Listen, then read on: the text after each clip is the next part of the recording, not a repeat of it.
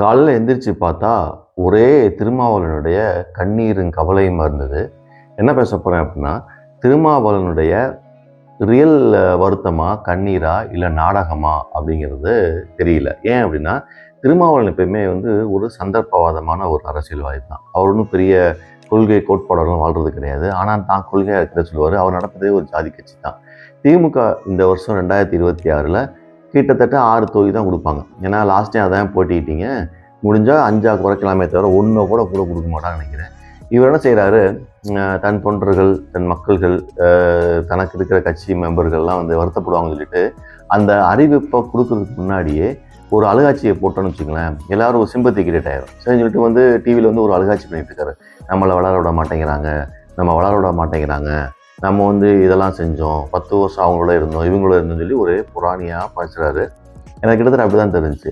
ஏன் அப்படின்னா, அவருடைய பாஸ்ட் பார்த்தீங்கன்னு வச்சுக்கங்களேன், தனக்கு சில விஷயங்கள் சுயமா தேவைப்படுறதுக்காக எந்த நாடகத்தையும் நடத்தக்கூடியவர் தான் திருமாவளவன். ஃபார் எக்ஸாம்பிள் பார்த்தீங்கன்னா, கொஞ்ச நாளைக்கு முன்னாடி மது ஒழிப்புன்னு சொல்லி ஒரு போராட்டம் நடத்தினாரு. நான் அப்போ கூட ஒரு வீடியோ போட்டிருந்தேன். அது எதுக்கு போட்டிருந்தாருன்னா, நாளைக்கு இந்த ஓட்டுக்கு சீட்டு வாங்குறதுக்கு, நாளைக்கு பேசுறதுக்கு, இதுக்கெல்லாம் முன்னாடியே எழுதி வச்சிருப்பாரு. பார்த்தீங்களா, நான் அந்த கூட்டணியில் இருந்துக்கிட்டு அவங்க ஆளுங்கட்சியாக இருக்கும்போதே நான் மது ஒழிப்புக்கு நான் மாநாடு போட்டேன். ஆனால் இவர்கிட்ட பேசுவார், நான் மது ஒழிப்பு மாநாடு போது இவ்வளோ கூட்டம் வந்துச்சு, என்னுடைய ஜாதிக்காரங்க இவ்வளோ பேர் இருக்காங்க, எனக்கு சீட்டு கூட கொடுங்க இப்படின்னு சொல்லிட்டு தனக்கு ஃபியூச்சரில் பிளான் பண்ணுறதுக்கு முன்னாடியே சில விஷயங்கள்லாம் நான் நாடகத்தில் அரங்கேட் பண்ணக்கூடிய ஒரு ஆள் தான். இப்பயும் இந்த வீடியோ நான் என்னதுக்கு பார்க்குறேன் அப்படின்னா, இந்த நம்பர்லாம் முன்னாடி தெரிஞ்சிருக்கும். நான் 2 இலக்கு கேட்டேன், அவங்க கொடுக்க மாட்டேங்கிறாங்க, புதுசாக வந்த கட்சிக்கெலாம் கொடுக்குறாங்க அப்படின்னு சொல்லி ஒரு அழுகாட்சியை போட்டோம்னா ப்ரிப்பேர் பண்ணிடுவார். யாரை, கட்சிக்காரங்களையும் மக்களையும் ப்ரிப்பேர் பண்ணிவிட்டு தன் பக்கம் ஒரு சிம்பத்தியை கிரியேட் பண்ணிவிட்டு நீட்டாக அதுக்கு பிறகு இதே தான் அனௌன்ஸ் பண்ணுவாங்க. திமுக என்னமோ இவர்கிட்ட இன்னைக்கு கேட்டுட்டு நாளைக்கு ஏதோ திருப்பி பஞ்சாயத்து பண்ணி நாளைக்கு நம்பர் சொல்கிறவங்க ஆல்ரெடி நம்பர் சொல்லியிருப்பாங்க எனக்கு தெரிஞ்சு. ஆனால் இவர் என்ன சொல்லிப்பாரு, வெயிட் பண்ணுங்கள், நான் ஒரு ட்ராமா பண்ணிவிட்டு ஒரு ஆக்டிங்கை போட்டு வர்றேன், அப்போ தான் நம்ம நம்பர் அனௌன்ஸ் பண்ணும்போது அவங்க சர்ப்ரைஸாக இருக்காது, அப்போ எவன் சிம்பதி இருக்கும் அப்படிங்கிறது தான் இவருடைய கணக்கு.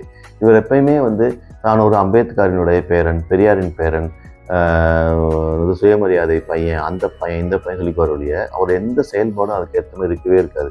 இவ்வளோ சுயமரியாதை இருக்காங்க, எதுக்கு நீங்கள் அந்த கூட்டணியில் இருக்கீங்க? சின்னதாக கேட்குறேன். அப்போ உனக்கு அந்த வெற்றின்னு ஒன்று தேவைப்படுகிறது. அந்த ஒரு வெற்றி கூட்டணியிலே இருக்கணும், 4 எம்எல்ஏ இருக்கணும், 5 எம்எல்ஏ இருக்கணும், நமக்கு ரெகுலராக இன்கம் வந்துகிட்டு இருக்கணுங்கிற ஒரே அப்ஜெக்டிவ் தானே ஒழிய, இங்கே நாட்டில் நீதியை காப்பாற்றுறேன், சமூக நீதியை காப்பாற்றுறேன் அப்படிங்கிற எந்த கொள்கையும் கிடையாது. இது தெரிஞ்ச ஒரு விஷயம்தான். இது பார்த்தீங்கன்னா, இந்த அழுகாட்சியை பார்த்தீங்கன்னா, எனக்கு ஆஃபீஸில் பார்த்தீங்கன்னா, இதே மாதிரி ஒரு சூழ்நிலை இருக்கும். நல்லா பாருங்கள்.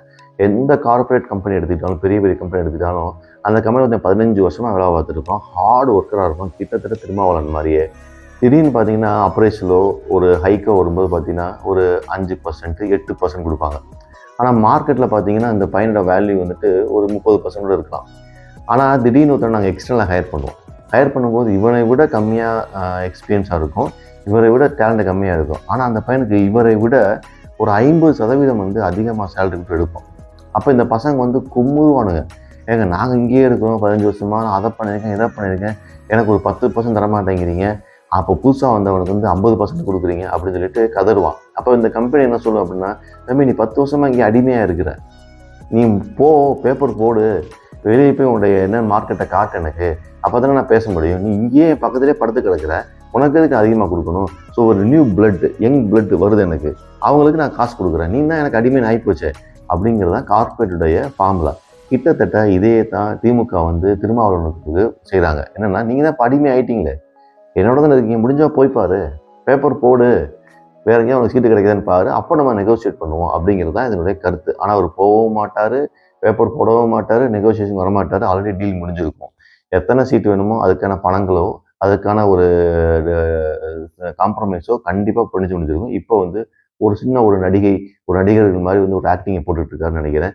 கிட்டத்தட்ட நடிகர்கள் எல்லாம் அரசியலுக்கு வராங்க, அரசியல்வாதிகள்லாம் இப்போ நடிக்கிற மாதிரி ஆயிடுச்சு. ஸோ இந்த ஒரு பதிவு, திருமாவளவர்களுடைய பதிவு முழுக்க முழுக்க ஒரு நாடகம் தான். அவருடைய பாஸ்ட் ஹிஸ்ட்ரியில் பார்த்தீங்கன்னா ப்ரிப்பேர் பண்ணுவார். அவர் பயங்கரமான ஆள், ப்ரிப்பேர் பண்ணுறதுல பயங்கரமான ஆள். இது ஒரு ப்ரிப்பரேஷன். அந்த கட்சியில் இருக்கவங்களுக்கு தயவு செய்து இதை நம்பி ஏமாற வேண்டாம், போலியை கண்டு ஏமாற வேண்டாங்கிற மாதிரி இந்த நடிப்பை கண்டு ஏமாற வேண்டாம், டீல் எல்லாம் முடிஞ்சிடுச்சு.